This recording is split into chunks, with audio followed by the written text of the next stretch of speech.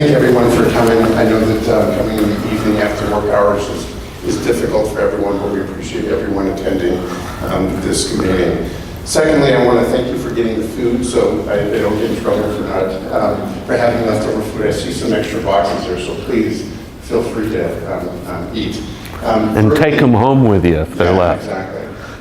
Thirdly, some of you may not know the relationship the board has relative to what we do, and it's called the Kern Mono Workforce Development Board, and that's because we have a consortium agreement with Inyo County and Mono County, and so we all work together to provide services under the umbrella of the Kern Mono Workforce Development Board, and that includes many WEOR, or Workforce Innovation and Opportunity Partners, including EDD, which is Employment Development Department, sorry for that, as well as a Department of Rehabilitation, as well as Employers Training Resource, and Department of Human Services. And those are the core partners, but we have many other, we actually have 21 total partners that serve our community. And when I say our community, it's not just Bakersfield, but it's Kern County.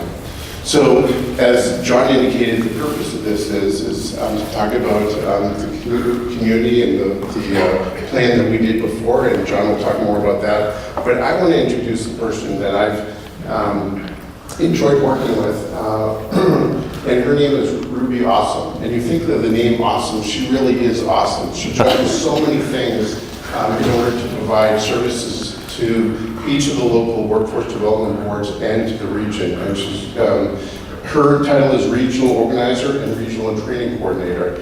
And Ruby, you can take it from here. Thank you so much for the introduction. Good evening, everyone. Like Michael said, my name is Ruby Awesome. I'm a Special Projects Manager with Merced County Department of Workforce Investment, also known as WorkNet of Merced County. And like Michael said, I'm the Regional Organizer, Regional Training Coordinator. And those positions are for the San Joaquin Valley and Associated Counties Regional Planning Unit, which is basically, we're a quarter mass of California, all the boards that work together in 14 regional planning units that we have in California. So I organize and coordinate training for the San Joaquin area, which goes all the way from San Joaquin County down here to Kern, and then Kern being part of Inyo and Mono being one board, then we loop around and covering everybody in between. And so in my position, I help the local boards organize events like these, even though local boards actually organize it, securing facilities, but to be able to bring the community together and to grow the Central Valley. Being able to find what is something that we can improve on, because if we were perfect, we wouldn't have these events. But at the same rate, market's changing, skill sets are changing, employers are changing, so the needs are changing of our state. The state's growing. So when we look at our area, it's important to get feedback, especially in today's event, from the community. And to know, how can we help you? How are things that not only our board can do, but as a region, I can take back up maybe to Merced County or to San Joaquin County and say, hey, we should collaborate with Kern, Inyo, and Mono and see how we can grow this one aspect that they were really talking about at the forum. So I'm really happy to see a really good turnout, and I encourage that you speak up. Please don't be shy, ask questions, give us your feedback. We can only grow with the information that you provide us. And with that said, I'm going to go ahead and introduce John Chamberlin, who has years of experience working with the workforce development area, as well as being a lawyer. And we have the best conversations, and he asked that I keep it brief about him because John's best at making it about everyone. And that's truly what our engagement process is about. So without further ado, John Chamberlin. Okay. Thanks. Let's click into gear. Feel free to interrupt me at any time with questions or comments. If you don't have any, I'll start asking you questions, and we'll be doing that soon. Again, just as a background, we have 45 separate workforce areas in California, 7 of them in Los Angeles County alone, which has 11 million people out of the state's population of 38 million. Others cover multiple counties. They're really different. We have one workforce area in Northern California up above Sacramento, up to the Oregon border, that has 11 large counties in it, but it's one area. So they're quite different. 46 workforce areas and 14 regional planning units that all are starting into this process. We're kicking off tonight. This is our first regional planning forum in this 11 county region that again stretches from Kern County all the way up through San Joaquin County. 14 regions, they each do one regional plan, and they all are also modifying their local plans. We have 3 contact numbers for you if you think of a question after, or you want to know more about the upcoming forums on specific topics. We're going to have a number of them on prisoner reentry and how to handle that in the years to come. We're going to have another specialty forum. We're going to be meeting with the trades group, the trades council, building trades, on apprenticeship and some of their core curricula. And we're also going to be doing a self-assessment of how much progress we made, or the lack thereof, in the 2 years since I was here last kicking this plan off. We're doing a number of those forums. But again, if you want to get a hold of Ruby, who has the list of all the forums, find out where they are, or give input, rubyawesome at countyofmerced.com. Ruby's again the coordinator for the region, all 11 counties. Michael is your contact for the regional plan if you're from this county, but more particularly the local plan. We're going to be talking about the regional plan today, but Kern Inyo Mono, their workforce board, is going to be also doing forums on things like CalFresh, how to connect people who are getting food stamps with jobs, making a wider use of the system, probation and parole, how to do a better job serving people with disabilities. There are going to be a number of local forums as well. Michael can tell you what those are. michaelsaltz.saltsm@kerncounty.com. And then again, I'm John Chamberlin, J. Chamberlin. People always want to put an A in here. It's L-I-N at the end, not L-A-I-N. J. Chamberlin at worksystems.org. So if you think of something on your way home, tomorrow, input you want to give, feel free to email any of us and let us know. And again, your comments will be heard. Or if you think, someone else I work with should be at these other forums, someone else could know about it, let us know, and we're glad to invite anybody. This is open to anyone who wants to come. Now, we are required to do a 4-year plan. The first strategic workforce plan covering all partners who do workforce. This isn't just about the workforce boards, adult, youth, dislocated worker. It covers voc rehab, it covers community and technical colleges, it covers adult ed, it covers the Employment Development Department, and a host of other workforce partners. And it's a bigger, how we're all going to work together to try to help people get jobs, join the middle class, or if they've got a layoff notice, stay in the middle class. How we're going to do workforce together in a more coordinated way. And again, we didn't expect this 2 years ago. We thought this might be at 2 years, just a revisiting of labor market data and demographics and what we're doing. But there's again a number of new state initiatives that will be incorporated in this plan and in the local plan that Michael will be your contact for. So let's talk about the specific topics in the regional plan. This is coming out of state law and a partnership between the State Workforce Board and Corrections. A much more ambitious initiative to get together with county probation and parole, with community groups that help people getting out of the job. They use 3 different words. They use newly released prisoners, which is a smaller word. They use the word people on probation, and they also talk about the biggest word of all, justice involved. That could be someone who was arrested, who never did jail time, or arrest pending, but how to help these groups connect up with the workforce system. And I'm not going to get into that in depth today, but I want to let you know that we'll be doing forums on those right here in this room coming up, very specifically on that partnership.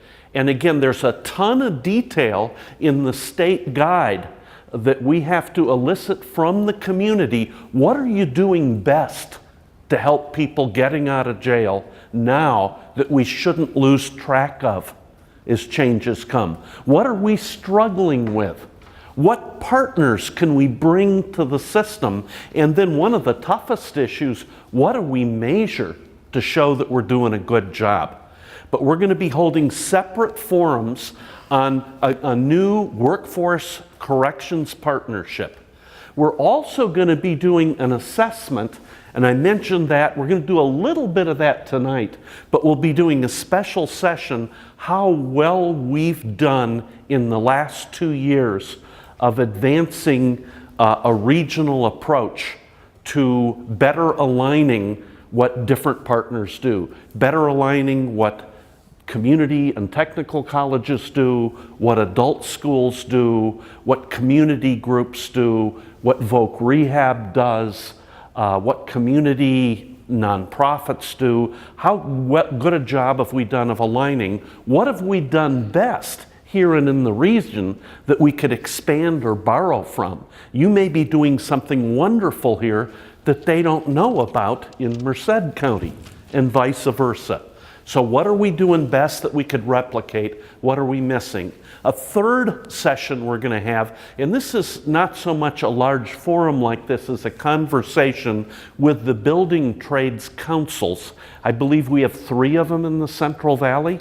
4. Oh, that's even better. We've got 4 up and down the valley, and we're going to be having conversations with them about what we're doing best in terms of building, supporting, and expanding what's called MC3, the Multi-Craft Core Curricula. It's a standard curricula so that if we have someone with a welding certificate from one county and they're looking for a job 3 counties over, it has some common meaning. An employer knows what they're getting. We don't have that by and large today, not just in California, but nationwide. So that's another really important discussion we're having. There are an awful lot of good jobs in the skilled trades. And we had some conversations with that right here 2 years ago. We have a very high, as Michael said, number of disconnected youth here. And we have opportunities in skilled trades that don't have enough applicants who meet the entry criteria. What could we do better to fill that gap? And then finally, something we'll cover tonight. We're not required to, but we're allowed to, and I wanted to ask you, I'm going to summarize what we put in the plan 2 years ago and ask you what we ought to change. In California as a whole, the labor market is a lot better than when I stood here 2 years ago. The unemployment rate is lower. We have higher demand, but we still have a whole lot of people who are left out. Did we get something wrong? We also identified as a region key sectors to focus on. Are they still valid? So we're going to have that discussion as well. So again, the purpose tonight is to give you a chance to weigh in on these. And again, if you didn't understand that and you want to think about it and get me a comment, me or Michael or Ruby, a comment in the days or weeks to come, we will consider it. We're just kicking this off. If your comment doesn't come in till, I'm going to give you an arbitrary deadline, until December, we might not have time to consider it. That doesn't mean you should wait till Thanksgiving to give us a comment. If you think of something tonight, tomorrow, next week, I want to know about it. Again, what do we do best? What are the best practices you can think of that we could expand here or throughout the region? Where are there gaps in services? What are your recommendations on building or strengthening services here? And by services, I mean services that help people get jobs, keep jobs, or advance, move up. In fact, I'd much rather be helping a dislocated worker, helping someone with a job get skills right now to get a raise, than helping them after they're laid off get back to work. So let's not just think of getting an entry-level job. So with that, I have the first question I have for you. Don't be shy. I'm looking around the room. I have a feeling you're not going to be. But the regional plan says that we have specific groups of barriered individuals. I don't really like that term, but it gets used. Particularly people who were in jail, prison, incarcerated, English language learners. Up and down the valley, we have one of the highest percents of people with limited English in the country, up and down this valley. People with disabilities and others, but just to name a few, these groups we found last time were having a particularly difficult time finding work or advancing in their careers. Do all these groups still have this problem?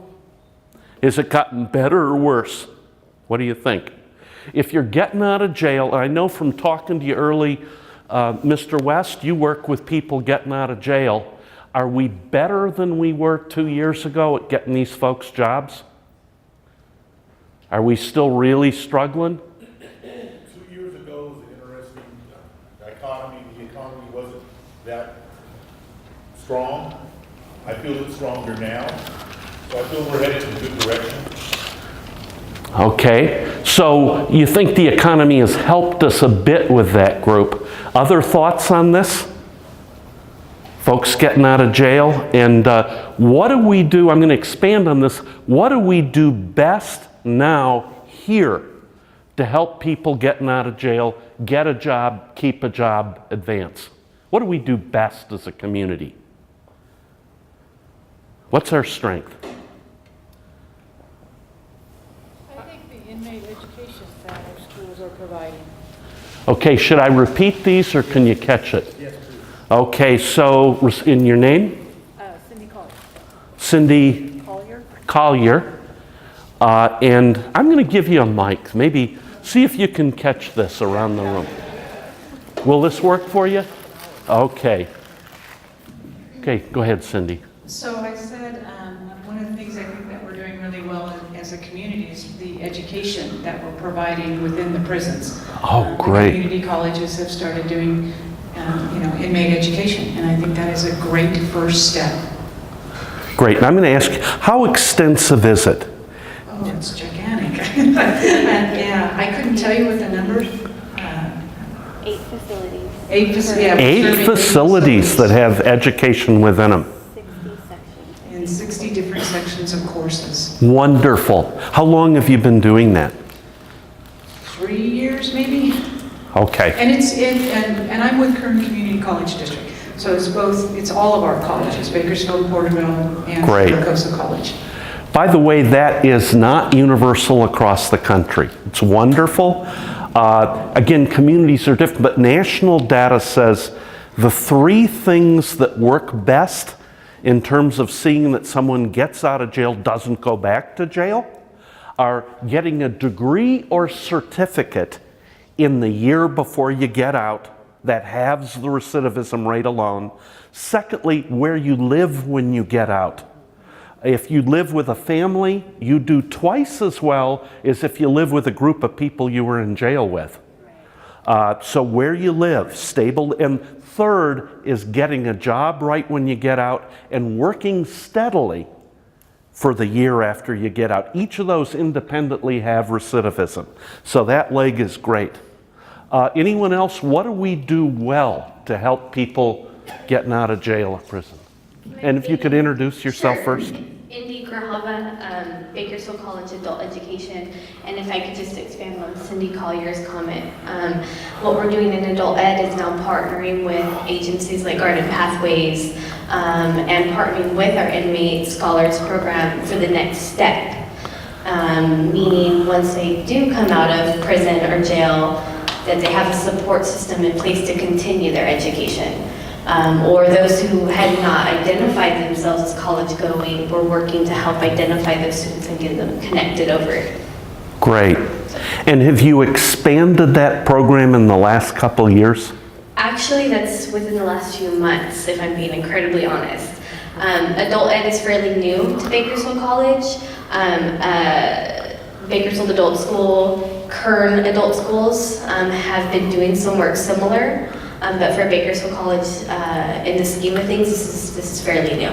Okay. Do you have a waiting list to get in either of your programs in jail, the training? No. Wonderful. It's whoever would like the service at this point. So. Great. Other comments on what we're doing well? If you could introduce yourself first, please. Sonia Webster. I think that the AB 109 program and the attention that the California community, I think it's CCP is an acronym.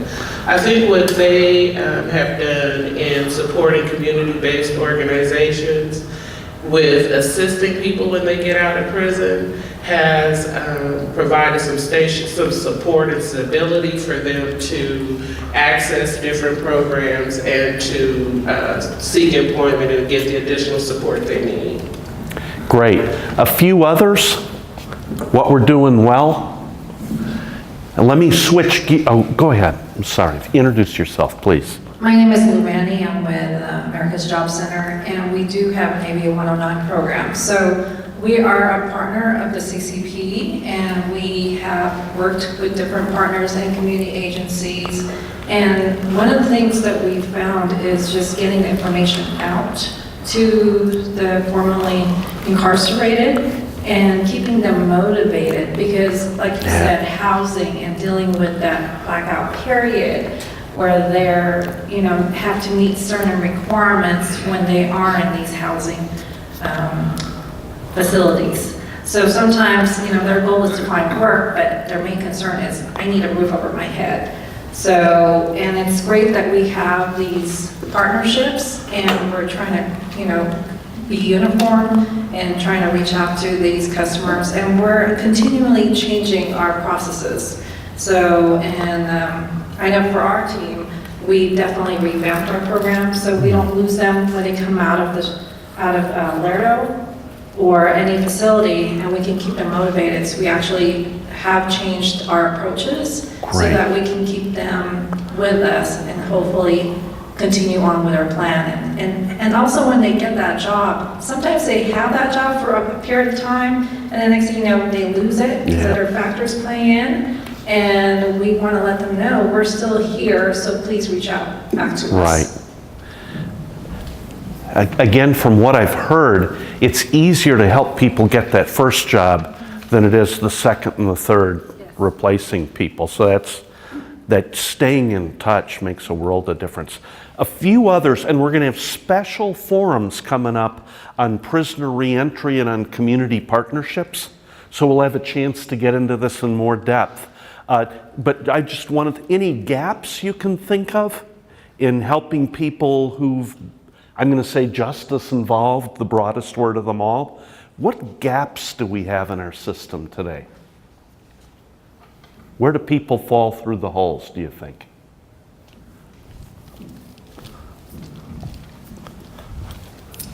Elizabeth Chavez from Child Support Services. I think we're one of the gaps that happen. So when they complete their trainings and then they go out and seek employment and find a job, if they haven't paid their child support, their license is suspended. And that partnership doesn't exist with our department right now. So I think that's one of the gaps in that really working together so that when our customer is successful at employment, being able to educate them on the income withholding that is mandated and how can we keep them employed by allowing their license to be released, negotiating that with them. And so I think that that's a big gap because we see it all the time. We'll receive one payment and then there's no payments after that. And that customer never comes into us. And so we don't even have a way to reach them, to speak to them and educate them on how we can help them to be successful. And so I think that that's where some of the programs may lose and not know that that's one of the reasons they're losing, is because the customer doesn't ever communicate with them either why they're not, continuing to work. Great comment. And again, one of the local planning sessions is going to be on with support enforcement and how to tie people who are delinquent in support better to the workforce system. And we have gaps there, not just for people getting out of jail, that we could work on. Others, try another gap. And again, if you think of something later, email us, write us, or come to one of the prisoner reentry sessions. Now, let's switch gears. How about people with disabilities? I know we have some people here who work with Voc Rehab, others. What do we do best as a system or as an agency in helping people with disabilities get a job, keep a job, or move up? What do we do best here? And again, there's going to be a local plan session where we talk about that specifically. Michael? I think that one of the things that we do best, we partner with the Department of Rehabilitation, but more importantly, we look specifically for grants to help out individuals who have disabilities. We were fortunate enough to get the DEA grant, which is the Disability Employment Accelerator grant, and we were able to assist individuals who are deaf or hard of hearing get employment. In fact, we actually beat records relative to the number of people that we've got employed. So we, meaning as an agency, Employers Training Resource, actually look at helping and assisting individuals who have disabilities, whatever those disabilities are, in finding them employment, as well as getting them better educated, whether or not it's vocationally or through college. Thank you. There you go. I'm Ashley Hart with Kern Regional Center, and right now through the state of California we have 2 programs called Paid Internship Program for our folks with disabilities and our CIE, which is Competitive Integrated Employment.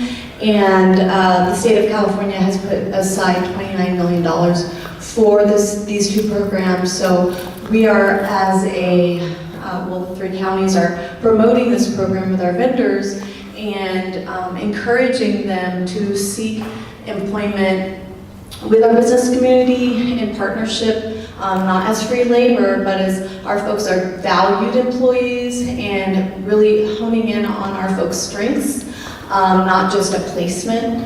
And well, at least that's what I'm trying to do, so that if all of their needs are met, then what's going to spark them to stay at work?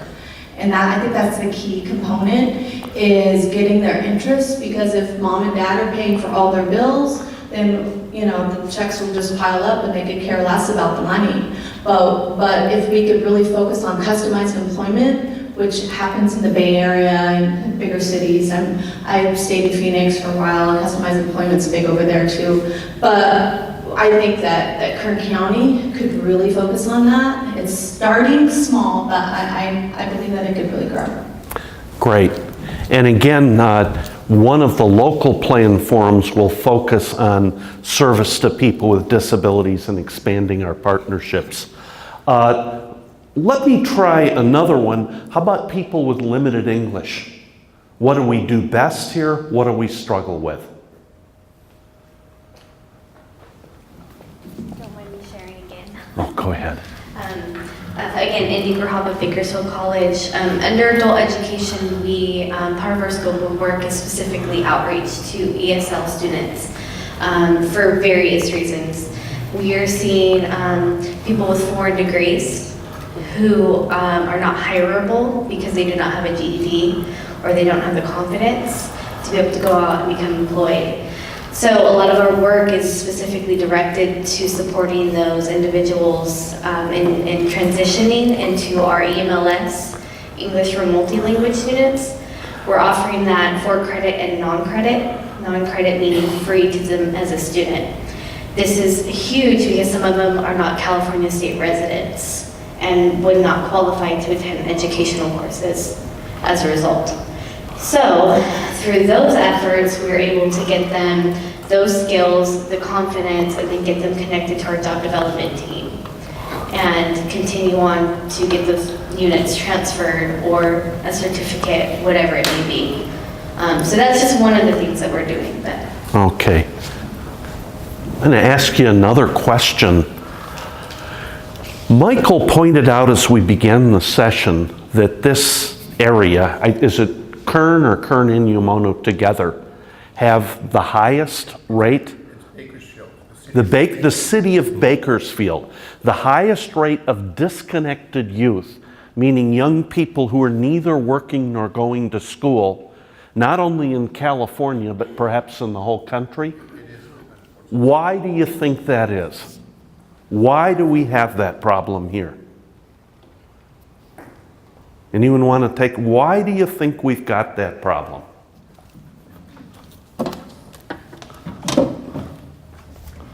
Hi, my name is Raina with Esperanza. I work with the Islamic foster care program, and a lot of my youth have a lot of challenges. It's unbelievable what they have to go through to get employment.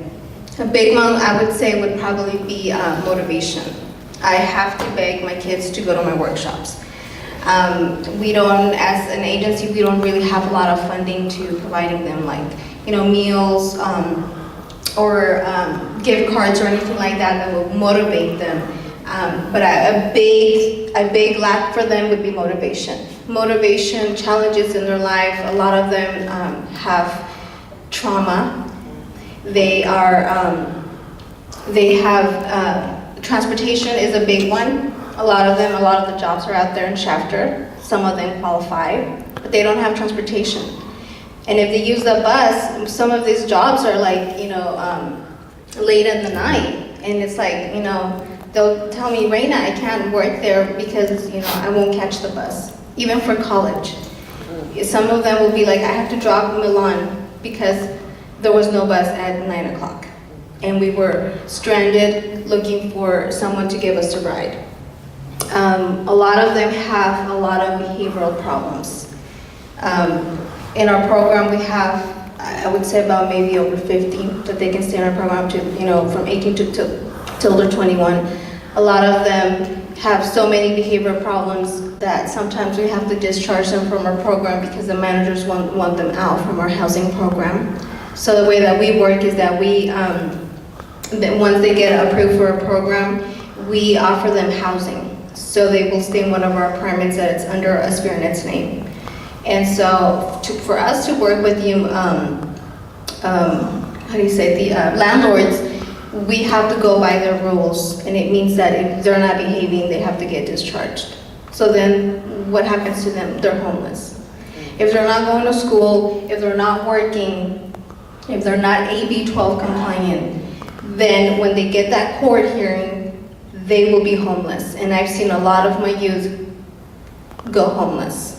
I just recently, last week, the social worker called me and said, I need the progress report for this person for this month because he's gonna get discharged from the program. And I talked to him, I said, do you realize where you're at now? If you get discharged, where are you gonna go? And he's like, nowhere, I have nowhere. They have no families, they have no friends. Sometimes even their friends are homeless. So we struggle with them being in our apartments. So I think that a lot of these foster youth are youth, the problem is that they face a lot of challenges, and unless you work with this type of population, people don't know what they go through, and we really, really struggle with them. Okay, and just a question for you. What works best with your foster youth population? What one or two things? What should we be looking to expand to do a better job? I would say Right now, we actually do have good resources because we have, they have access to ETR, which, for foster youth, which they help them with training. And now we have the EPIC program that we're working closely with, so that's a big blessing. But I would say that probably finding a way to motivate them. Finding a way to motivate them and understand them and not label them. Because a lot of them get labeled. A lot of them are afraid to say that they're foster youth. Sometimes I go with them, but me wearing this badge, they feel like, oh, like, can you like go somewhere? Right. Kind of walk away because they'll know that I'm with staff member. They're so used to being with staff member, even when they're children and you go see them at school. It's like they're embarrassed that they're foster, and I don't want them to feel, it hurts me and it makes me nervous for them to feel that way, that, like I'm a foster youth, like, I'm a label, and they're not.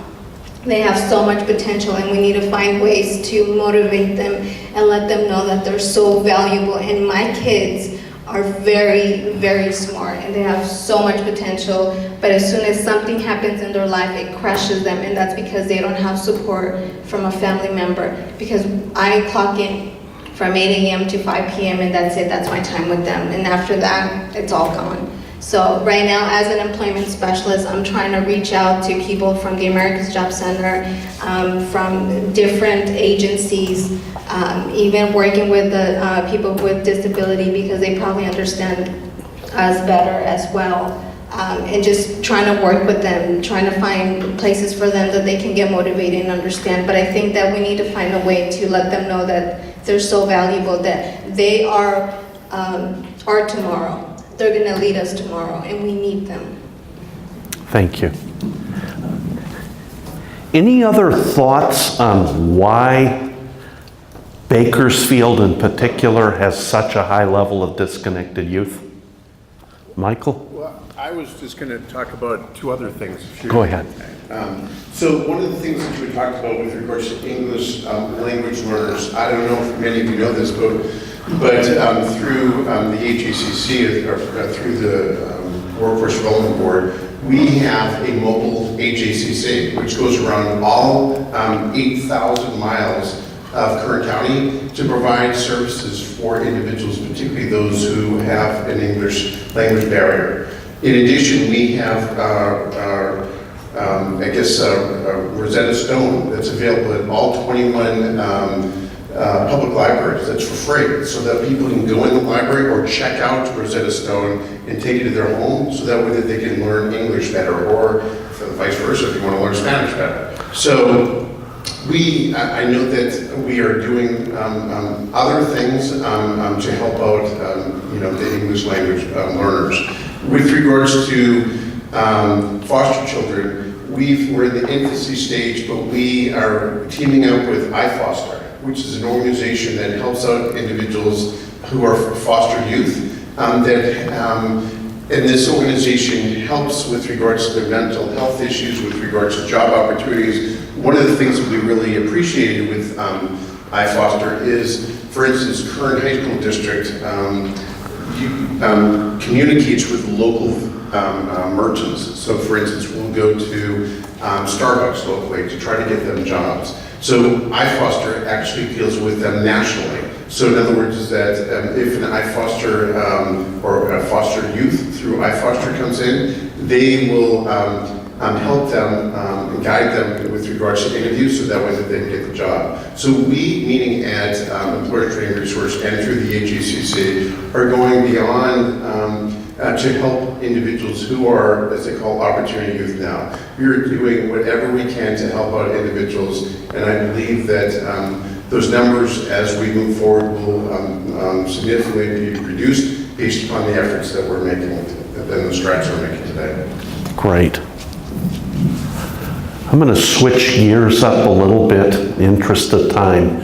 A big part of the state guidance and our regional plan is a focus on increasing demand training. Training that fits with what businesses tell us they need the most. So a question I have for you again, we talked a little bit about training for people who are incarcerated, and that's great that that supply is increased. Are there specific courses or programs where we have a waiting list? We have employer demand, people get hired out of it, but we have a waiting list and the training supply is inadequate? Are there specific places where we have training gaps? What do you think? Leo, as the board chair here of the council, do you have businesses tell you that they lack a certain skill or credential that is training related? Are there specific instances you can think of? No, I can't necessarily think of anything that's lacking, because we offer quite a few programs, from apprenticeships from our partners in the unions to other special programs that we partner with education to do. I think a lot of times it's our employers just aren't aware of all the services that we provide. Okay, Leo, you maybe didn't catch that up there because I was holding umpteen mics and didn't. No, not So take two. No, I was just going to say, I think we provide a number of services in the different trades and through the various educational services that we have. I think one of the things that I might say is a gap, if you will, is our ability to reach out to our employers to truly educate them on what's available. And once, if we're able to bridge that comfort level, we might have a spark in hiring, if you will. I attended recently out in Delano where I took a tour out of their facility. They do a great job of reaching out to the ag community and telling them, hey, we have these services. But I think that could always be enhanced. I think we always have to be promoting the services that we provide, as well as the various community members here, to let everybody know that these services are provided, are available, and to continue. I know that's where funding kind of takes a step back, but truly educating the community to utilize the services is where we're going to get the biggest impact. Great point. Find a way to do that better. So you kind of jumped and answered my second question, which is, so if we have training, adequate training, do the people at the end of it get the certificates? Are they able to complete it, and do they get jobs? And as I understood it a little bit, Leo, your point in part is working together to market the training. Oh, definitely. And seeing the value of those certificates. Right. And what it takes to achieve that. Right. Those of you from the college again, and other educators, what training have you created in the last 2 years that's new or different, or what curricula have you revised? Do you have? If just give me a few snapshots, you don't have to list them all. Well, I couldn't list them all. Good. They've created a lot. Colleges have been well funded by the State Chancellor's Office through Strong Workforce, which is really focusing on developing, economic programs that lead to high wages and stuff. Probably one of the best programs that I think the college has developed is the baccalaureate degree in industrial automation. And through their partnership with their high schools, they're being able to offer the introductory courses as dual enrollment. Students then can go on and get the associate and then the baccalaureate degree right at BC for a reasonable cost.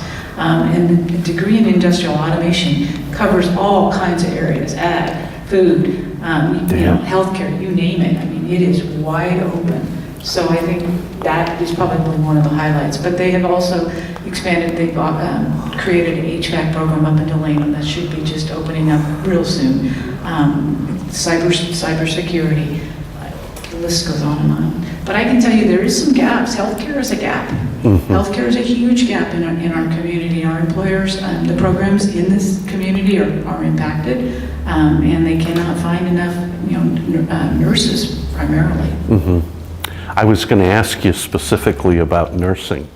So nursing, other healthcare occupations, one or two where we still have gaps? You want to try that, Indy? We actually just recently started some conversations specifically targeting our homeless population with the Bakersfield Homeless Shelter. And the conversation around is getting them hireable. And so we were looking at the health careers as a potential, and the idea came from someone very, very much involved, Sarah Barron, and she came up with a resource navigator, public navigator certificate, which is little modules and badges of achievement. So those motivators that we talk about of trying to keep people engaged, it kind of solves that issue. But this is early talks, but being innovative on certificates and the pathways in which to obtain those different levels of certificates is something we're very much on the forefront of. So. Great. Just recently had a conversation with Bakersfield Behavioral Health and mental health care technicians, which really, I'm having a hard time even figuring out what the curriculum would look like. It's an entry-level person, but it's more than like a nursing assistant. There's a specialized curriculum that needs to happen to care for the mentally ill. And I can tell you we haven't developed it yet because I can't figure out how to develop it. But I think healthcare is probably a huge, rad-tech, radiology, technology still, ultrasound. Some of your diagnostic positions are very hard to fill because we don't have either enough spaces for those students. Great. Other thoughts where we have gaps in other careers? And let me ask you one. Oh, go ahead. If you could say your name when you start. Luanny with America's Job Center, Employers Training Resource. Something that's been surprising for us is that the need for truck drivers. It used to be you needed at least 2 years of over-the-road driving experience, and now businesses are trying to grab them even before they're really done with training, and training is only about 4 weeks long. So, the interest is there, but, keeping the people that are skilled to go for those jobs, employers are looking for them. So that's something that we're going to have to keep up with. And we've added another trucking school to our list of vendors. So we're trying to adjust, but it's been a complete surprise for us. But it's great because we're bringing in more distribution centers to our area. So we're definitely trying to accommodate for those demands from the employers. Okay. What are we doing in the training we're offering to structure it? And you answered a little bit with homeless. You talked about foster youth. What are we doing to make the training more accessible or to increase the graduation rate for the hardest to serve groups? People with limited English, people getting out of jail, foster kids, the homeless. What are we doing to make the training more accessible?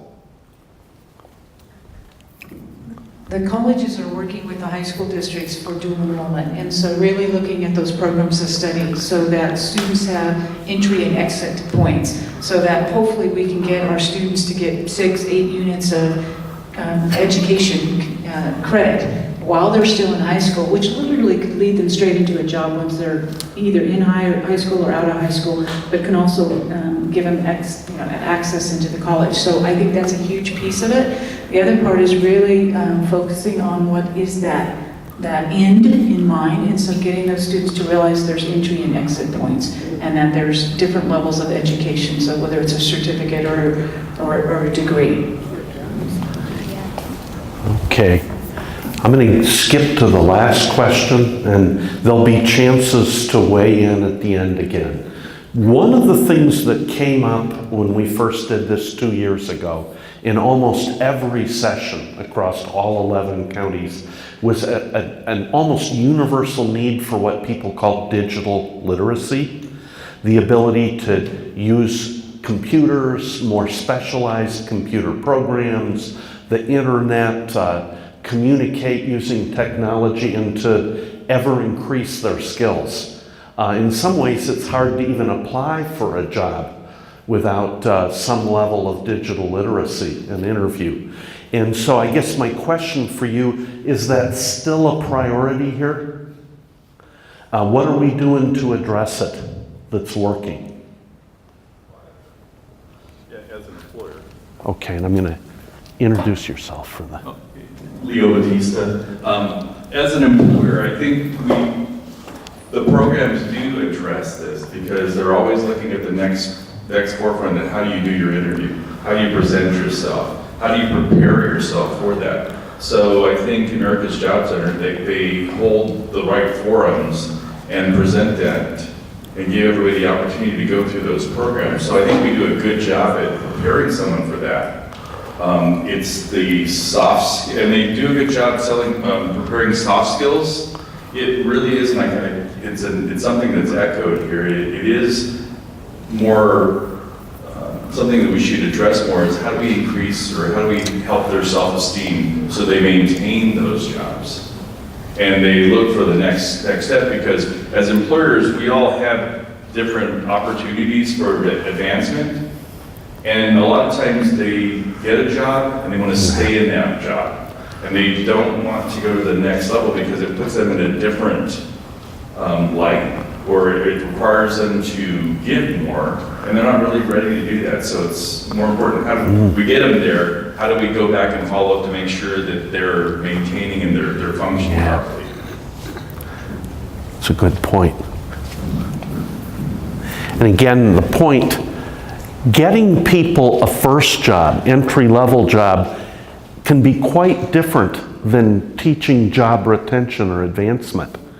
And again, in the current economy, we're as much or more a move-up system as we are a get a first job or an employment system. And it takes a different set of things delivered at the workplace as opposed to in a center. So it's an evolution. How would we do that? What do you think? What do we do best to help people gain either the motivation or the skills to retain a job or move up? What do we do best now that we should look to expand or replicate? Thoughts? You want to try that? What do we struggle with? I know nationwide, and I don't know the statistics for here, for a TANF or a welfare recipient, on average it takes 3 placements to get a job to stick. For people coming out of jail, getting the first job is harder than job retention over a year. I know some of you work with people coming out of jail or justice involved. What works best in terms of retention? Thoughts? Should we be asking employers that? Let me let you try this. There you go. Thanks. Elizabeth for Child Support. As an employer, a county employer, we are actually trying to engage millennials so that they can stay a little bit longer, because we know that they're moving constantly, trying to find for the next, look for the next thing that makes them feel good. And so we're actually looking at a buddy program. So I'm thinking maybe employers that have mentorship programs may retain people. And so if someone that's never had an example of what it is to go to work every day, and you're supposed to call out, you're supposed to be at work on time. So maybe finding mentors for them outside of their work that have been through that experience already and that can help them prepare for their job. We had that issue happening in our organization at one point, and we actually sat down and talked about, okay, the barrier may be that they've never had a job before. So if they've never had a job, we really need to spend a little bit more time of setting the standard, what we expect, how do you call in, what are acceptable reasons to call in, really, so you're not wasting your sick leave, because then when an emergency comes, you don't have that available to you. But if you've never seen an example of that in your life, especially if you're a foster child, you may have some of those other struggles that you're dealing with.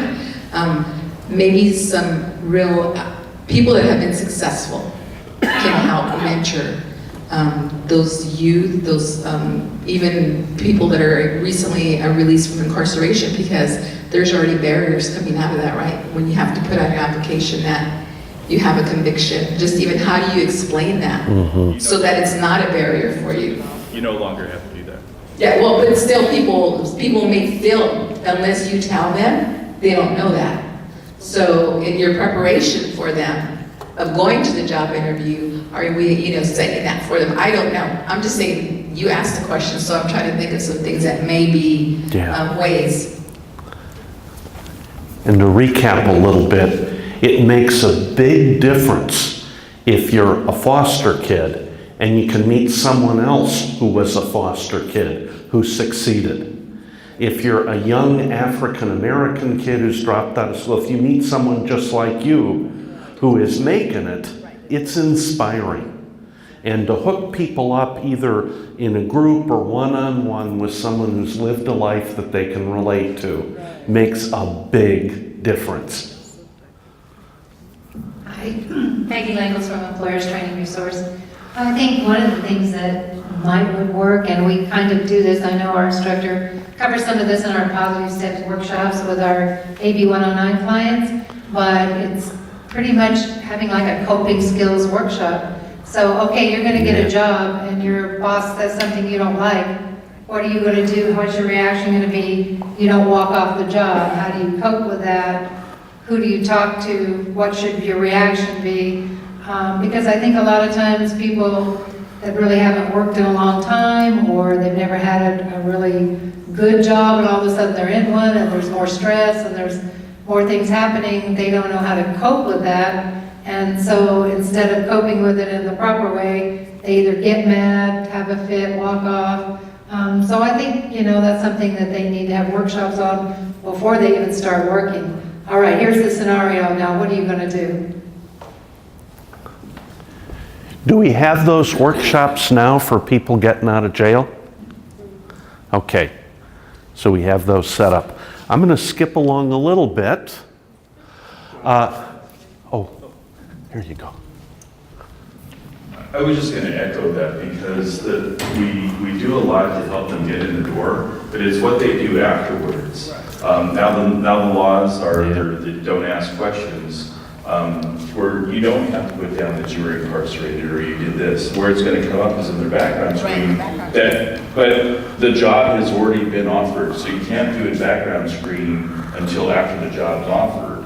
And then there has to be a truly compelling reason why they can't get that job. Right, but they still, the way that they couch it on their conviction, the form that asks the question, have you ever had? But that question is no longer asked though. It's only asked in their background screen, but that's done by a third party, it's not done by the employer. So they get the conviction, and say for instance, just to give you an example, if you had what do you call it, embezzler, apply for a job at an accounting firm, well obviously they're not going to be able to get that job. But if you have one that's a truck driver, that shouldn't be a reason for the employer to say no.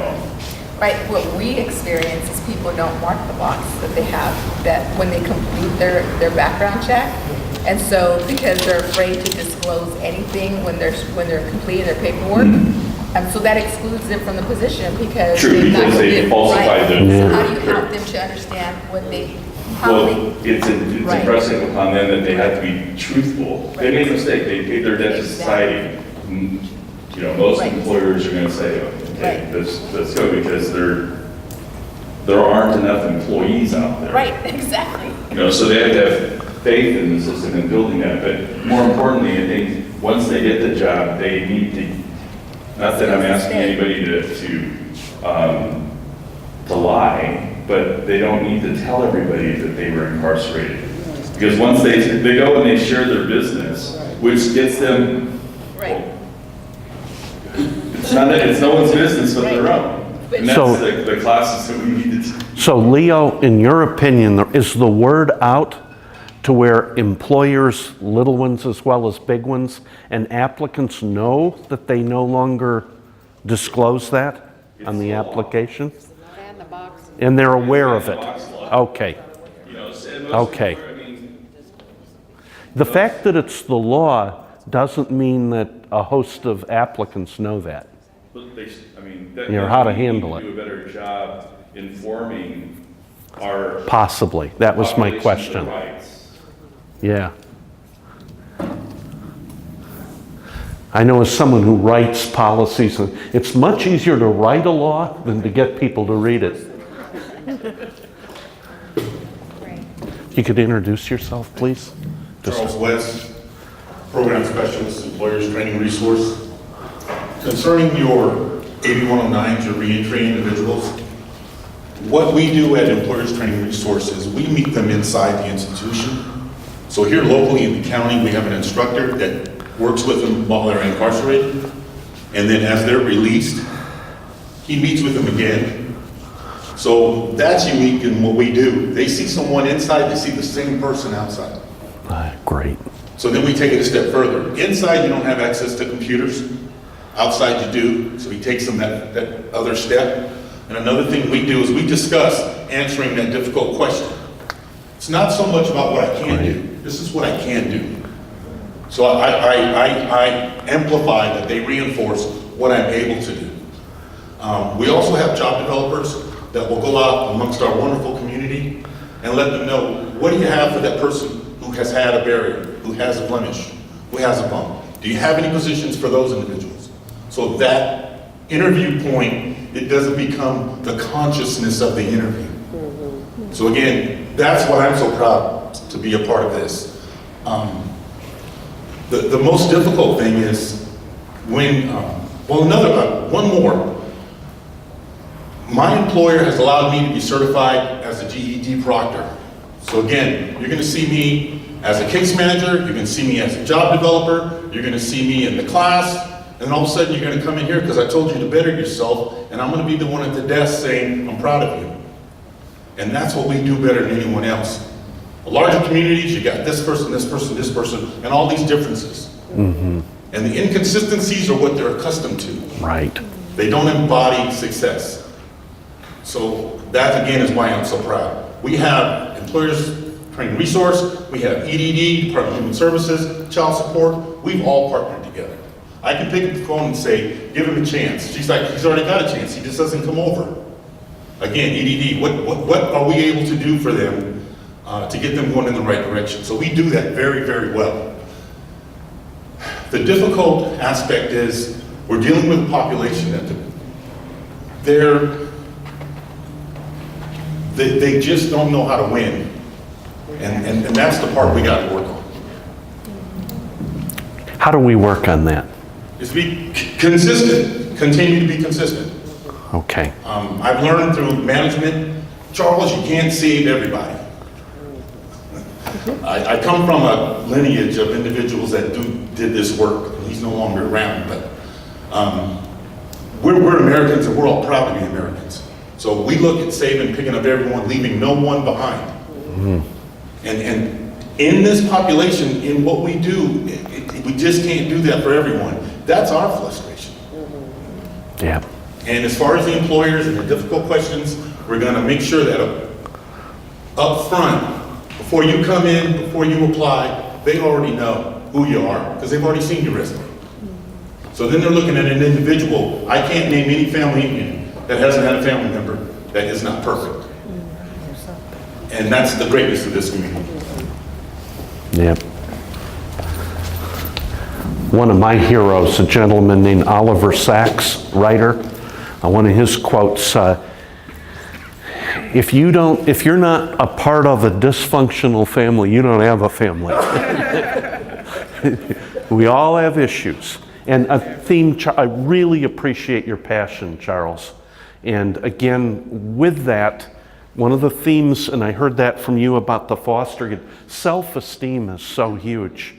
And looking for ways, to get into our programs, we have to find the barriers. And we focus so much on assessment on what's wrong with you, we don't always give equal time to what is your passion and what is right with you. And as a system, maybe above and beyond, we got to figure out a better way to do that. I think I heard that from every one of you. Focus better on the passion and what we can do to find you a job that fits that passion, because there's one out there. Okay, another question. We did a ton of labor market data when we were here last. Probably the hardest job David Schinder, my partner, and I had writing this plan was crunching a ton of labor market, 500 pages of data from different places. We distilled it down into 6 major industries that the 8 workforce boards who cover the 11 counties in the valley put as our primary targets. Doesn't mean we don't look at others. Advanced manufacturing, construction, particularly involving public infrastructure, energy, healthcare, transportation, logistics, value-added agriculture. Those were our priorities. Do those still work? Are those still, they look from the data like they still should be our priorities. Are there gaps in those specific fields? You mentioned nursing and in healthcare where we still have major gaps. Can you think of others? And where would they be? And how could we do a better job of identifying the gaps and then working with our community partners, including the colleges and others, to do a better job of creating training quicker to fill the gaps? Where else do we have gaps? Michael? We had this discussion 2 years ago relative to a gap that I believe, and others confirm this, is vocational school. A lot of times that you'll hear that our high school students have no idea that there's a vocational school in Bakersfield. And that is changing, and I know that the Kern High School District is making a concerted effort to inform students that we do have a vocational school here. In fact, they're building a brand new one in the southwest part of town. But I think that the emphasis, and I love the community colleges and the wonderful people I work with, but I do think that there is, that certain individuals or kids are geared towards college and others are geared towards vocational school. And I think that's been one of the gaps that we've had in our community, is that it's always being pushed college, and college is not the answer for everyone. In fact, quite frankly, I know you're a lawyer, plumbers and electricians can make a lot more than lawyers can. Yep. And the mere fact is, I think that kids need to understand that. It's not, being a plumber or an electrician is not a job that they should be disappointed with. It's a job that they can make lots of money and have job satisfaction. Okay, other thoughts, gaps? And let me ask you one final question. I'm going to push a little bit. If you were writing, rewriting, or telling me what to write into this regional plan, give me one or two of your priorities. I think I already heard one in coming up with a better process plan to help people with self-esteem. Maybe making better use of community nonprofits or whatever, and better training for us on how to do that, or sharing best practices. Can you think of anything else you would prioritize?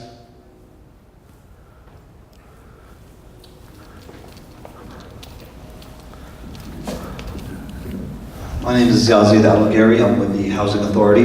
I think the biggest priority should always be having guest speakers, especially at schools. When I was in college, I had a class where we had a guest speaker every 2 weeks, and it was very inspirational to see somebody go through what you're about to go through. And working right now at the Housing Authority, we do have after-school programs for the kids at our facilities. One of our facilities also only for emancipated youth, and their outcome is completely different than our low-income in Section 8. And the one thing that a lot of the people that live there who are in our self-sufficiency program, they think they have nothing in common with us. If you look at all of us in the room, we all have degrees, we're all educated. So they assume we went through zero hardships compared to them. And when you sit down and talk to them and tell them where you came from, they're more open to it. They become more encouraged. And they say, hey, if you could do it, I can too. In fact, when I used to work at Community Action Partnership of Kern, half of our staff came from the Welfare to Work program, the APP program. About 15% of them graduated the program and found employment while I was there in the 5 years. Now, 15% does not sound like a lot, but I counted over 180 people. That's 180 families, that's 180 generations.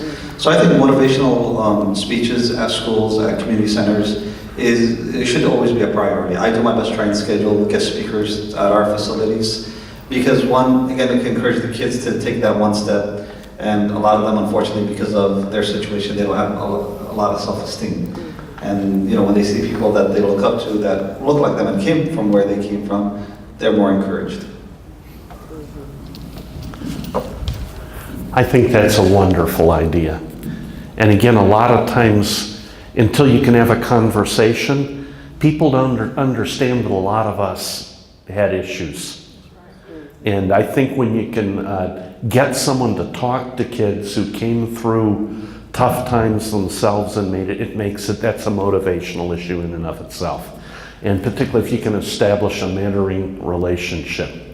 Other thoughts, priorities you would have?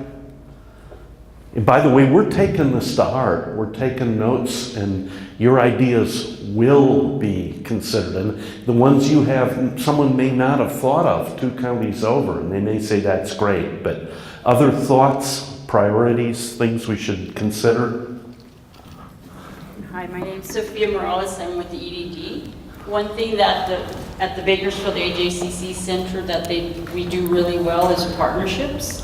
Just like the gentleman told us that you get the customer and then you send them to different agencies immediately because we have it in common already. So some sort of element of keeping that community, which we're doing now. So we have partnership meetings about every month, and in those meetings, the different schools are there, the housing authorities there, DSS, we're there. I mean, we're all at the table, and any subject can come up.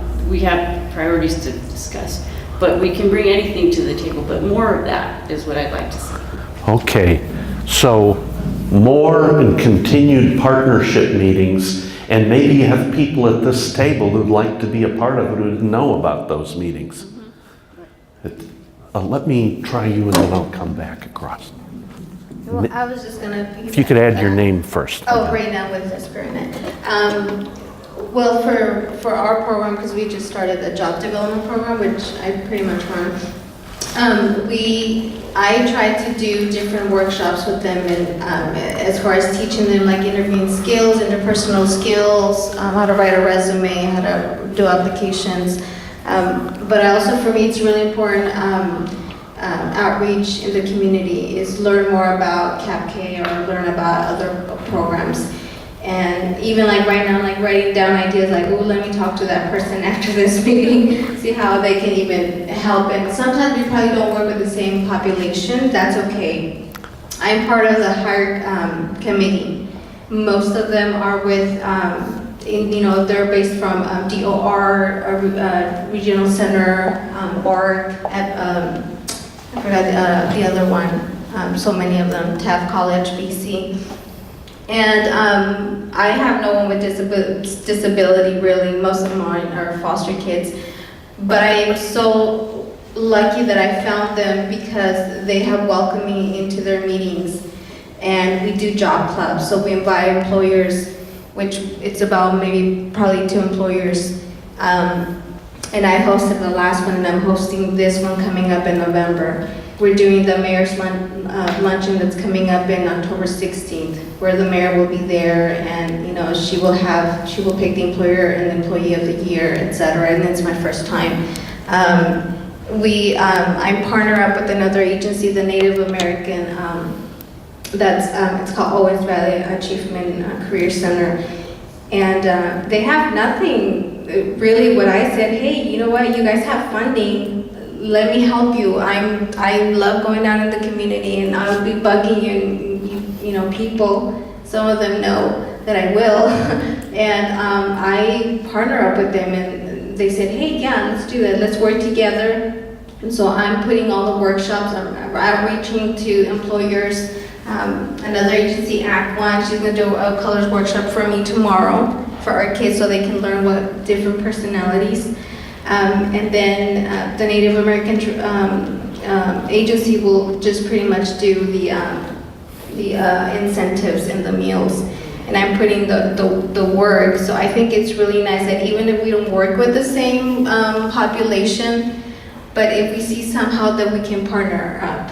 I invited the EPIC program to the workshop, and different people, because I love to welcome everybody, and I want to feel like Bakersfield is going to welcome us as well. So I think partnering up, community outreach, maybe doing more workshops, more events, that they're more that they feel more engaged with the community, that feel more motivated. I know for kids, when even if for Christmas we ask them what they want and they'll ask for McDonald's, because sometimes that's all they know, and for them that's a huge thing is McDonald's.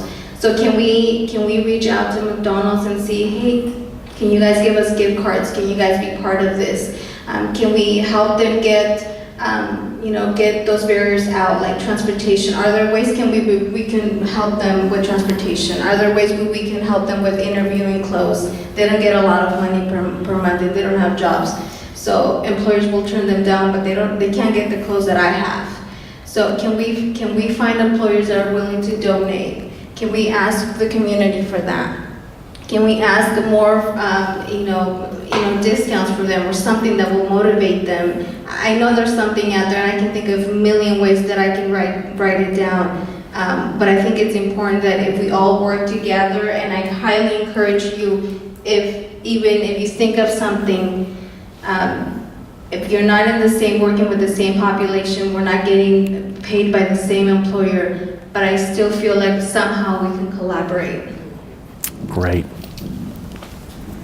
You just made a great advertisement for a regional plan, sharing best practices.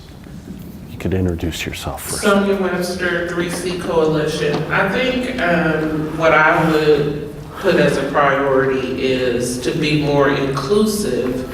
A lot of times we ask individuals who are working with organizations, but we don't engage the actual participant or client, and so you really are creating programs or solutions without really engaging the individual. And so I think I would say try to find a way where you can include the population that you're trying to serve in asking them what they want, but also in trying to create and design whatever it is that they would end up accessing. And then also the nonprofit and the grassroots organizations. I think we have a lot of large nonprofits, but we have grassroots organizations that probably could have been here tonight to give you even more feedback, because they're working directly in the community where the individuals live, and I don't think they get engaged or included in the process.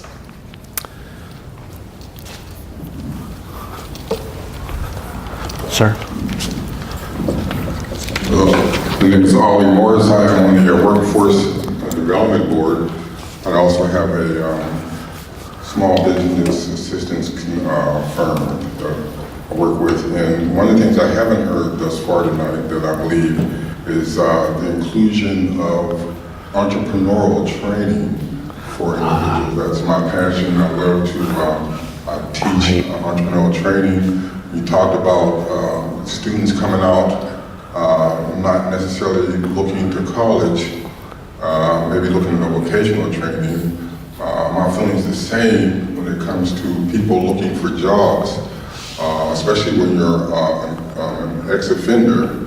It's a little bit more difficult to get a job than a person that's out there maybe with even a college degree that's trying to have a hard time finding a job. I believe that if you can train them on how to start a business, when you start a business and you're going after a contract, you don't have to put that you have a record anywhere in your proposal. So that levels the playing field. And a lot of times if an ex-offender can start a business, they're more likely to hire another ex-offender to give them a job. So it helps create jobs. When it comes to our youth, we have entrepreneurial programs and classes for youth. If you're talking about motivating the youth, and you can show them how they can start a business and become successful, that may motivate them more than trying to teach them how to get a skill and go out and find a job. I just believe that engaging in entrepreneurial world may be another avenue for us. And I have noticed that as a nation, we are slowly starting to engage the idea of small business development as a way out of our situation. So I think that's something we should consider. It's a wonderful comment and something that was missing. They recently did a study in the city of Los Angeles, and of their disconnected youth, 40% of them were working in the gig economy in one way, shape, or another, but they really didn't know how to grow that into a full-time income. And maybe some training would help with that, particularly with young people, but for everybody. Another issue, we have a lot of people coming out of the retail business now, the Amazon effect. People buying things online. How many of you get a package a week delivered to your house or more? Okay, if you're not raising your hand, you don't have a wife or a daughter, right? But I get them, lots of them coming to my house. A lot of them go back. But it has a big effect on retail. And they had 1 week not long ago in LA County, 24,000 people were laid off from retail jobs. It doesn't have the same resonance as manufacturing or coal, but it affects a lot of people's lives. And they did just kind of a quick down and dirty study of what their number one, of those people laid off from retail, what their number one training option would be. And they were surprised. It was learning how to buy and sell things online. Themselves is what they wanted to learn, and they weren't offering that. But just again, the idea of self-employment of some kind is a big deal, particularly with target populations. Final thoughts? Ruby? I just wanted to say, I've heard great things tonight, and especially the passion that everyone shared in helping their individuals here in the community. But there's something that I wanted to touch on regarding our reentry population and the discussion around, say, the application with that checkbox and how it's law. Anything can be put into law. We can follow any rules that we like. However, that doesn't change the fact that there's a stigma out there. That we can talk to the employers and say, you need this off your application, but they'll still have that stigma on them. And it's I say our jobs, when we work with these individuals at this level, it's a bigger issue when we go out there. Because right here I can say, you're doing a great job, I'm so proud of you. They're still stepping out that door. They're still going out there and saying, I'm going to this job interview. And once they're reaching that step, they go through that process with their fingerprinting, say they can appeal and get the job, that person still then knows about them. And if they're making that judgment, then it's hard to motivate that one person who probably came out after 20, 30 years. 20, 30 years ago is nothing like what it is today. Technology has grown, communities have grown, things have changed a lot. Education has changed a lot. And I just wanted to say that a greater discussion on reentry population is not only in our workforce arena and behavioral health and motivating, it's also stigma. Just so that we take away that self-fulfilling prophecy status from them and empower them not only individually, but empower employers to see them as individuals that can grow, that can flourish. And so with that said, it just takes a village. Michael? Yeah, I just want to thank everyone for attending tonight. In addition, I want to thank John for coming and talking about the regional plan. The next convening is going to happen on October 24th here at 1:30 to 3:30. In addition, I also want to thank Ruby also for coming down from Merced to assist in this process. I want to thank our board members for attending. It's great to see so many board members attend. I also want to thank the Director of Child Support Services for being here. Thank you so very much. And others for coming. Although John talked about the regional plan and he made reference to the local plan is just as important as the It's more plan. important. Okay, more important. I wouldn't say that, but anyhow. It is. So the thing is that on November 1st and November 8th, we are going to have topics, and all of you have received the flyer. Not only do I hope that you'll continue to attend the regional planning forums, but also the local planning forums, because that's where we'll be taking information similar to what John's doing, so that way that we can prepare a local plan that's representative of our region, or I should say of our county. So please make sure that you attend if you can. And again, thank you all very much for being here. Thank you. And again, thanks so much for your passion. Most of the other forums won't be after dinner. I think we have one. The others will be in the afternoon. We try to spread them out because some people can't come till after work is over. Others can't come in the evening. So we've kind of done the times. Most of them are in the afternoon, not in the evening like this. Thanks, Michael, for bringing food. Could everyone throw out whatever garbage there is in the containers they leave